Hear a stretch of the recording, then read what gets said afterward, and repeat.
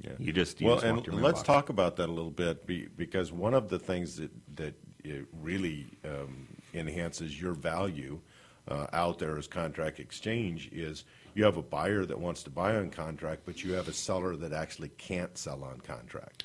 Yeah. And you get into the middle of that and work out a transaction. So give us a basis of how that works. Another thing, we can do is if a seller, the bank's not okay with, let's just say the guy has a mortgage and the bank's not okay with him selling his house on contract, they want to get paid off. Right. But there's a contract buyer that does want to buy the house. They do have a decent down payment.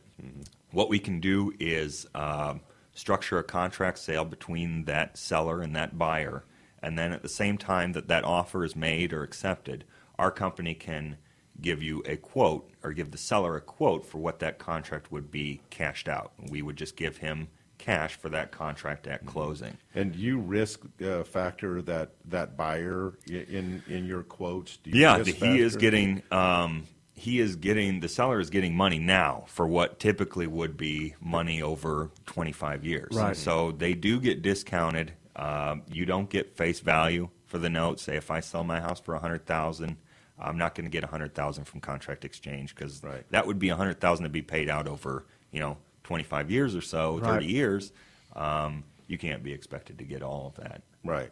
So you take a look at risk based on the buyer, and you make an offer to that seller for a certain amount. Say maybe based on the buyer. I sell it for $100,000, and you give me 80, 85, or somewhere in there. Is that reasonable, or typically we don't like to be in any higher than 70% loan to value. So the higher the down payment that buyer has, the better it is for the seller. Right. I see. Shorter balloon terms also mean higher, cash out value for the seller. Okay. Higher interest rate, obviously, but you want the buyer to be able to afford it, and you want it to be realistic that they can actually go and refinance it.